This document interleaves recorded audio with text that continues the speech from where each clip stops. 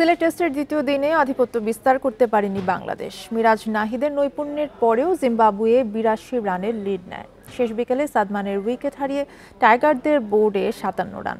এখনো ২৫ রানে পিছিয়ে স্বাগতিকরা।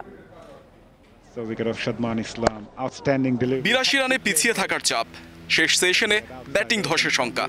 দ্বিতীয় ইনিংসে ২২ বলে ভাঙে উদ্বোধনী জুটি। সাদমানের আত্মাহুতির পর প্রশ্ন, আর কত খারাপ খেললে বিকল্প খুঁজবে ম্যানেজমেন্ট? জয়ও চেষ্টা করেছিলেন সাদমানকে অনুসরণের, কিপার মায়াবর ক্যাচ মিসে বেঁচে যান। এবার দলের স্বার্থে মুমিনুলকে সঙ্গী করে বাংলাদেশকে ম্যাচে টিকে রাখতে হবে জয়কে। দিন শেষে জয় ২৮, মুমিনুল অপরাজিত ১৫ রানে, বাংলাদেশ পিছিয়ে ২৫ রানে। শেষের মতো সকালের সেশনও ছিল স্বস্তির। নাহিদের জোড়া আঘাতে ম্যাচে ফেরার ইঙ্গিত। কারণের পর 50 করা বেনেটের বিদায়, হাসানের শিকার নিক ওয়েলস।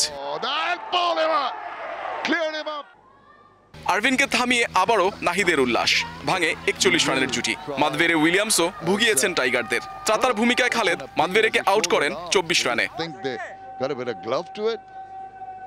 অস্বস্তি বাড়ান শন উইলিয়ামস, যদিও বেশি দূর যেতে পারেননি।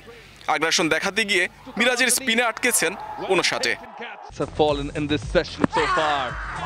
অতিথিদের অল্পতে আটকানোর সুযোগ পেয়েও তা হাতছাড়া হয় নির্বিষ বোলিংয়ে। মিরাজ জিম্বাবুয়ের লেজ গুটিয়ে দিয়ে তুলে নেন টেস্ট ক্যারিয়ারের ১১তম ফাইফার। ২৭৩ শেষ জিম্বাবুয়ের প্রথম ইনিংস। মিরাজ নেন ৫ উইকেট, নাহিদের শিকার ৩টি। বোলারদের নৈপুণ্যে সিলেট টেস্টের দ্বিতীয় দিনটা বাংলাদেশের। ম্যাচের দখল নিতে এবার ব্যাটারদের নিতে হবে বাড়তি দায়িত্ব।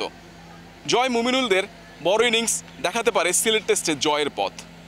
মোহাম্মদ নাজিম, ইন্ডিপেন্ডেন্ট নিউজ, সিলেট আন্তর্জাতিক ক্রিকেট স্টেডিয়াম, সিলেট।